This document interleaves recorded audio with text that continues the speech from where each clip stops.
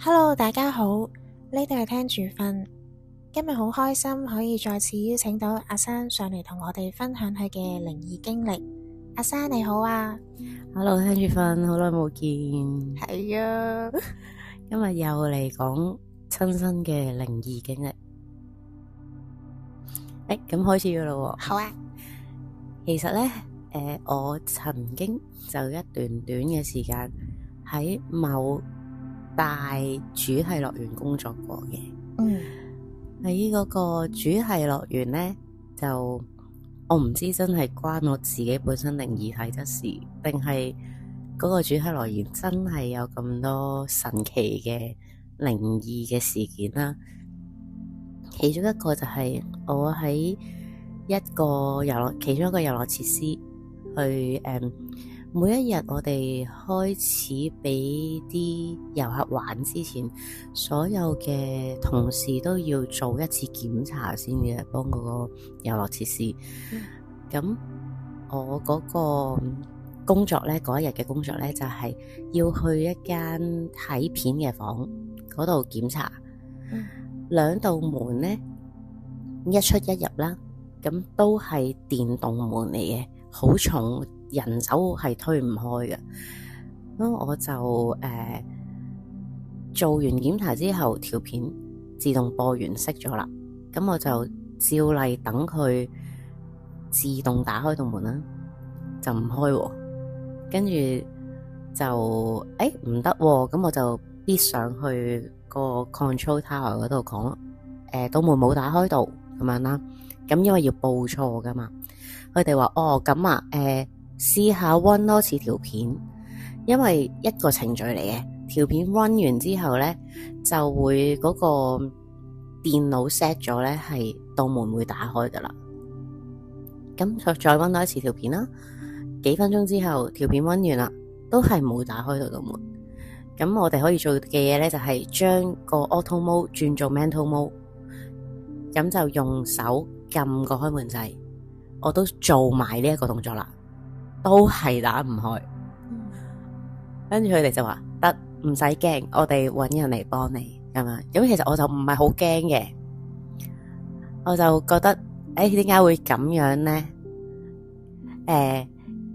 就靜靜地喺度等待啦。然之後就有一個組長過咗嚟啦，佢就喺門口度，你而家係咪已經轉做人手模啦？我話係啊，轉咗手動模噶啦，咁樣。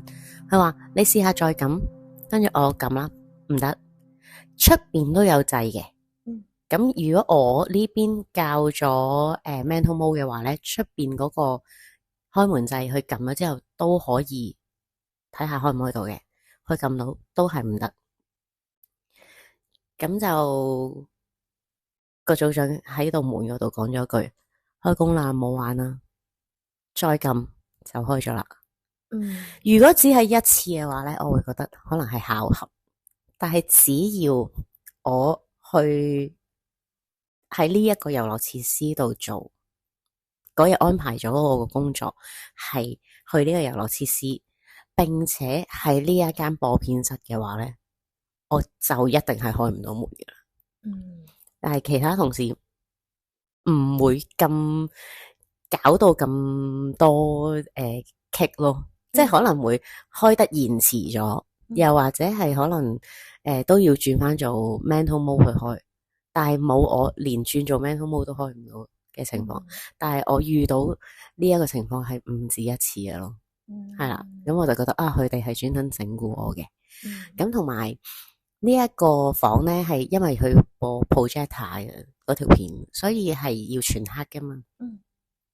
咁又係密封嘅地方啦，而且入邊有好多電流嘅嘢啦，咁可能我會覺得個磁場係會好影響到，會有一啲靈魂會留咗喺嗰度，都唔出奇嘅。因為有好多時有啲小朋友入嚟玩呢個遊樂設施，去一路排到入嚟呢間房嘅時候咧，佢哋會對住某一個角落咧，望到咧就會喊，要出翻去噶啦。有啲人會覺得可能係怕黑啫，但係佢哋入嚟之前咧係雖然都暗，但係都會有啲光嘅，未至於黑晒嘅。但係一嘭一聲自動閂埋咗嗰度播片室嗰度門嘅時候，過咗一陣，佢哋就會望住同一個位，會喊會有反應，唔止一個小朋友會發生過呢件事，咁樣咯。另外睇完片之後再落去啦，就會係要坐架車嘅。有試過有一個外國客，架車已經離咗台少少啦，佢突然間好驚咁樣企咗起身，喺架車度企咗起身，然之後話我唔玩啦咁樣，係驚得好緊要嘅。你睇佢樣，但係佢之前我哋幫佢檢查安全帶各樣，佢係好正常。因為佢架車一開始我哋撳掣去車啦，離開咗個月台啦，架車第一間遊覽房開始打開門，佢好似一望到入邊之後，佢就突然間驚得好緊要，然之後就企起身，跟住就要求要落車。咁佢一喐嘅時候，我哋其實已經泊停咗架車噶啦，跟住就唯有所有人疏散咯，因為唔可以咁樣俾佢由架車度攬翻上個月台噶嘛。咁就唯有暫停咗呢一個遊樂設施，然之後疏散晒所有嘅遊客。跟住我哋要重新做一次開工之前嘅程序，先至解翻呢一個遊樂設施俾其他觀眾玩咯。但係我當時我喺現場嘅，我見到佢個樣係真係好驚好驚，即係好似唔知見到啲咩嘢，突然間令到佢好恐慌嘅事，要跳車咁樣咯。呢個就係其中一個喺呢個主題公園嗰個遊樂設施嘅奇異經歷。另外咧就係有一個類似過山車嘅，我嗰一日係做尾位啊，即係啲客落車嗰個位，就喺度其實檢查完所有嘢之後咧，就會等嗰個車空車咁樣坐住兩個吉車啦，唔好講車吉車咁樣坐住兩個職員，佢哋試玩一次咁樣啦。咁我就做尾位，就係等佢哋落車啦。跟住我就喺度一路等嘅期間，我就開始聽到有歡呼聲咯。跟住就心諗，兩個人玩得咁嗨，因為佢臨去到尾位嘅時候，落車位嘅時候咧，係一個轉彎位嚟嘅，所以好多時我哋平時做呢個位嘅時候，都會係人未到聲先到嘅，習慣咗噶啦。佢差唔多，我聽到呢個聲，我就預大概3秒到就會見到個車啦。冇喎，嗰個歡呼聲又冇咗咯。咁我就好奇怪，然之後我諗一諗，係喎，其實開車咗唔係好耐啫。正常呢個車要行晒成條 Y 嘅話，應該係我當5分鐘到啦，係咯，5至8分鐘到啦，咁係唔會咁快㗎。跟住我再等多陣，有啲機械聲同埋啲車駛入嘅聲嚟啦。跟住就真係見到嗰兩位同事喺嗰個過山車嗰度翻咁入嚟呢一個落車位啦。咁我就心諗，OK， 原來呢一個遊樂設施，呢一個過山車都會有呢啲嘢嘅。咁我就完咗啦。檢查晒啦，大家剔 OK 啦，冇問題啦。咁啊，全部要交翻個報告翻去個 control room 嗰度噶嘛。咁每一個位嘅人都報告完自己嗰個狀況係冇問題嘅，我哋個位係安全啦。咁樣，咁我就傾閒嘅咁。頭先你哋翻嚟之前，我已經聽到有歡呼聲，跟住大家就靜，然之後話久唔久會係咁嘅。因為坐control room 嗰個同事咧，佢唔止一次 control room 同落車個位係非常近嘅，佢係會聽到有歡呼聲，有車駛入嘅聲，但係佢一路睇住個 panel，佢知道架車喺邊個位，因為個 control room 入邊有好多個閉路電視，係一路 mon 住架車嘅行進去到邊個關卡咁樣，係啦。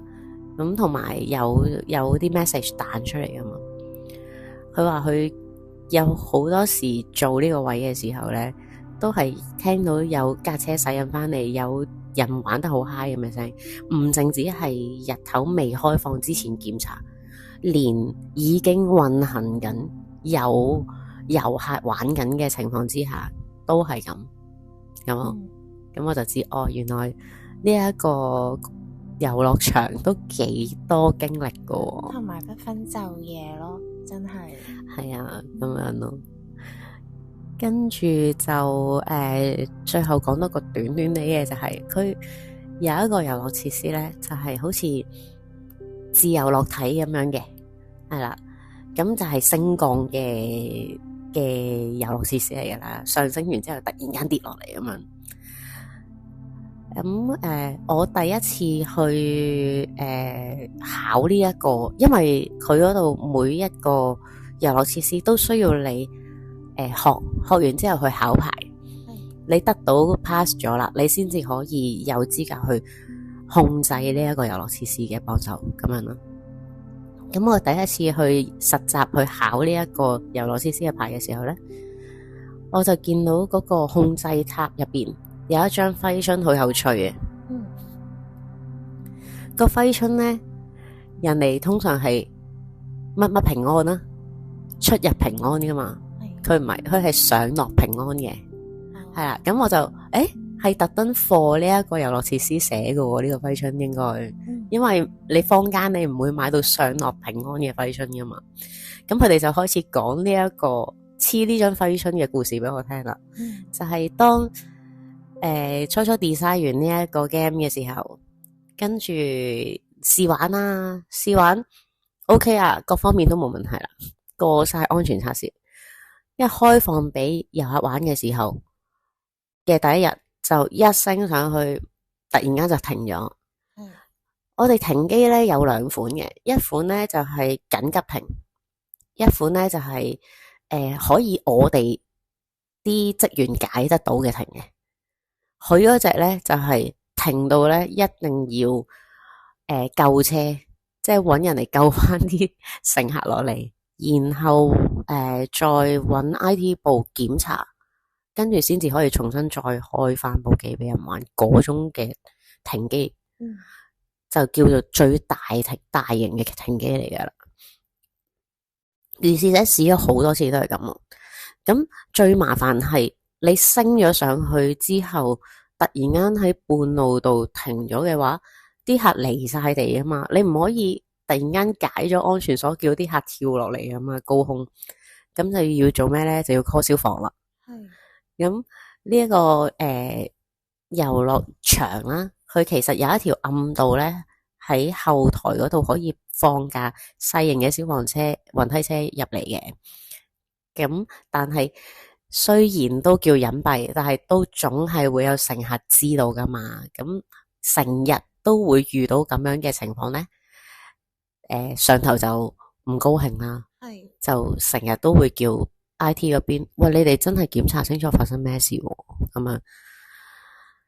咁其中有一個比較高級啲嘅上司咧，就我唔知佢喺邊一度有呢一個諗法啦，有呢個 concept 啦，佢就黐咗呢一張上落平安嘅揮春之後咧，就真係嗰個都未至於完全未試過發生呢一個停頓嘅情況，但係真係少咗非常非常多咯。咁自此之後呢個揮春係年年都會更新，或者係總之要長貼喺度噶啦，長期連住喺你嗰個控制塔嗰度嘅。咁關於呢一個我自己喺入邊做嘅時候親身遇到嘅靈異經歷就大概係咁多咯。你令我諗起咧，我之前聽過呢個主題樂園嘅一個傳聞啦，因為我係聽翻嚟嘅啫，就係講話咧，有一家三口啦，咁個小朋友就需要去育嬰室嗰度換片，咁咧就媽媽同個小朋友入去育嬰室嗰度啦，咁爸爸就喺出面等，咁照道理你哋嗰個遊樂場呢啲設施咧，係應該係入面同出面都理應可以開到鎖噶嘛，安全理由。咁但係咧，當個媽媽同個小朋友換完片之後咧，想開門出去嘅時候咧，就話開極都開唔到喎。咁佢試咗好多方法都唔得啦。咁其實開門個方法有幾多啫？咪扭開個鎖，然之後拉開或者推開或者係燙開嘅啫。用過所有方法都唔得喎，突然之間，咁佢就同出面個爸爸呼救啦，話開都開唔到門。咁個爸爸出面咧都嘗試下撞門啊、推門啊等等，或者揾其他職員去試下有咩方法解決到件事。突然之間咧就聽到個媽媽同個小朋友咧喺入面嗌得好慘烈、好慘烈、好驚啊！佢哋話有一個女人喺塊鏡嗰度走緊出嚟，佢哋嗌得好誇張啦，連啲職員都好緊張啦。好彩地咧，有個印度籍嘅遊客咧，佢哋都需要用個育嬰間。咁印度籍嗰啲人士咧，通常佢哋個額頭啊或者手上面咪畫咗啲朱砂嘅繪圖，或者係點咗喺個額頭嗰度嘅。係個媽媽咧就一手開到對門咯，因為佢哋個額頭上面有朱砂嗰啲紅色印喺度，突然之間開到對門，然之後咧個媽媽同個小朋友咧係喊晒口咁樣出嚟攬翻住個爸爸，話唔再玩啦，我哋快啲走咁樣咯。咁呢個就我聽翻嚟嘅傳聞咯，但係就唔知道你哋曾經喺呢個樂園做過嘅職員有冇聽過咯？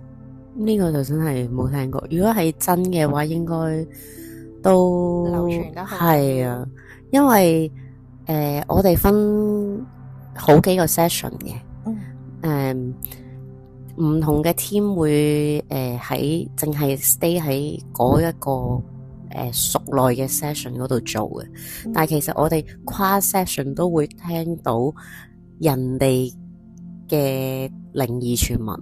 你啱啱講嗰個我就冇聽過咯，因為你呢個都非常非常恐怖，我諗應該可能都係傳出嚟，如果唔係我哋內部應該已經傳得更勁。係啊，我諗不過呢個我聽翻嚟，我自己都覺得幾恐怖下。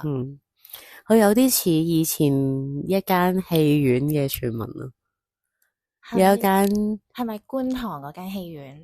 全院滿 X 嗰個戲院咧，成日流傳，又係話喺個女廁嗰度塊鏡度見到個女人咁。如果係真嘅話，應該都真係好震撼，我相信。我諗應該成世都會記得呢件事咯，一家三口。我自己嘅親身經歷咧，我今日帶上嚟就大概係咁多先。但係我有一個朋友咧，知道我哋有呢啲靈異嘅故事分享咧，都邀請同埋收集咗佢一個其中去旅行嘅時候遇到嘅神奇嘅事。佢有一次同親戚去泰國玩。咁間房即係間酒店就已經有好大嘅好靚嘅泳池啦。佢就係一個好中意陽光與海灘嘅游水愛好者嚟嘅。佢同親戚一間房，然之後擺低晒啲行李，換完泳衣就成班衝落去泳池度玩。出到去 lift 口嘅時候，我呢個朋友突然間醒起自己唔記得拎美鏡。咁就同個親戚講話你哋落去 join 咗其他房嘅親戚先，我自己落嚟 join 你哋啦。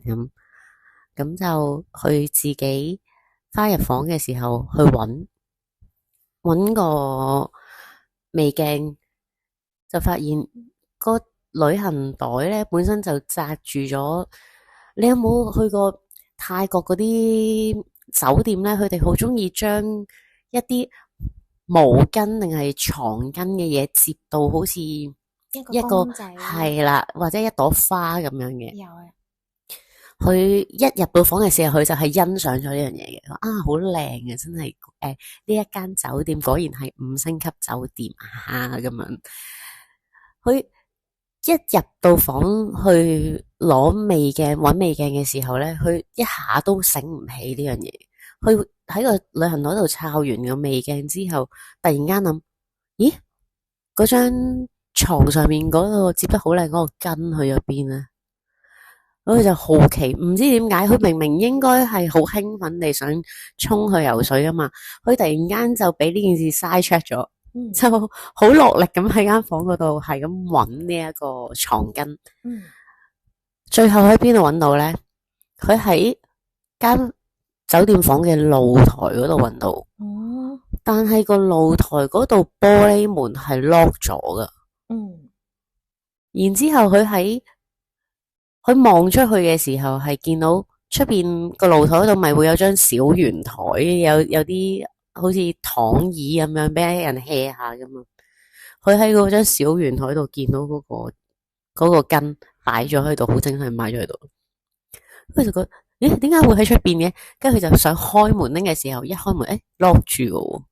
咁佢就要解鎖先至可以打得開個露台門，攞翻入嚟，跟住落去再去個親戚同房個親戚嘅時候，佢就話：你做乜將我張床嗰個巾擺咗出露台嘅？跟住佢嘅親戚話：咩其實擺咩巾咩露咩台？即係完全兩隻眼打晒問號咁，唔知佢講咩啦。跟住就心諗：哦，唔係佢擺嘅。然之後再諗一諗，係應該唔會咁得閒，無端端咁樣擺出去啊，特登。而且佢嘅親戚唔係嗰啲會整蠱人嗰啲人咯，佢正經嗰啲咯。佢講得話冇嘅話，就唔會係呃佢去嚇佢咁。同埋咧，你話會唔會係酒店啲職員執房嘅時候擺出去唔記得拎翻入嚟啊？各樣。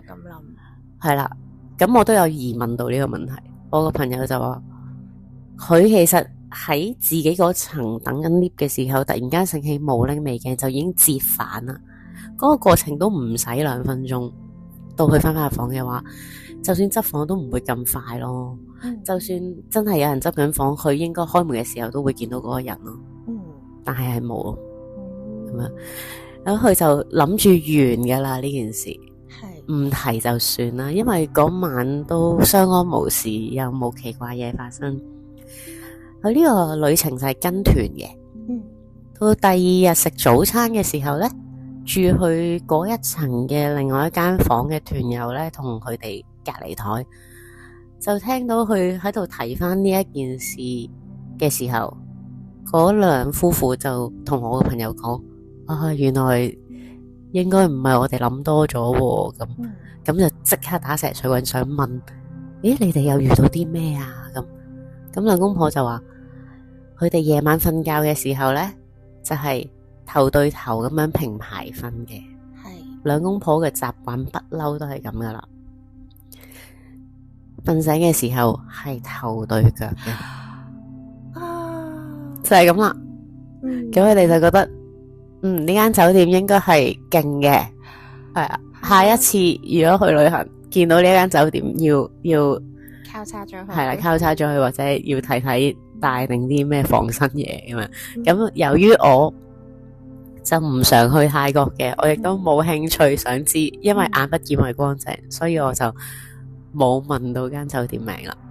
係啊，但係純粹係將呢個故事分享俾你嘅聽眾聽。多謝你啊，咁今日嘅故事大概就係個課就係咁啦，下次有課再上嚟同你傾。好啊，多謝晒你阿珊，多謝各位聽眾收聽啊，希望下次可以再邀請到阿珊上嚟同我哋分享啦。拜拜。拜拜。